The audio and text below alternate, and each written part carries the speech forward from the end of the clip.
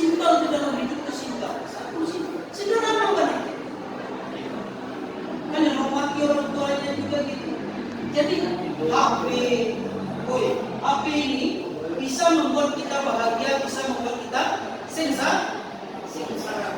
Contoh, kalian main game,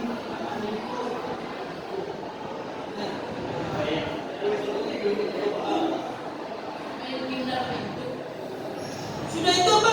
Kalau kamu mau kata secara positif, ini banyak kreatif. Siswa yang kreatif itulah yang maju.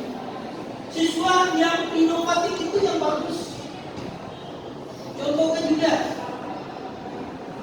4 tahun yang lalu ada namanya si Eka. Apa oleh kelasnya?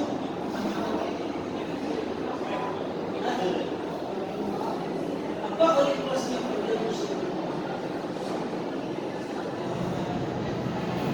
Tapi yang Pak Calin ini Ayu itu kurang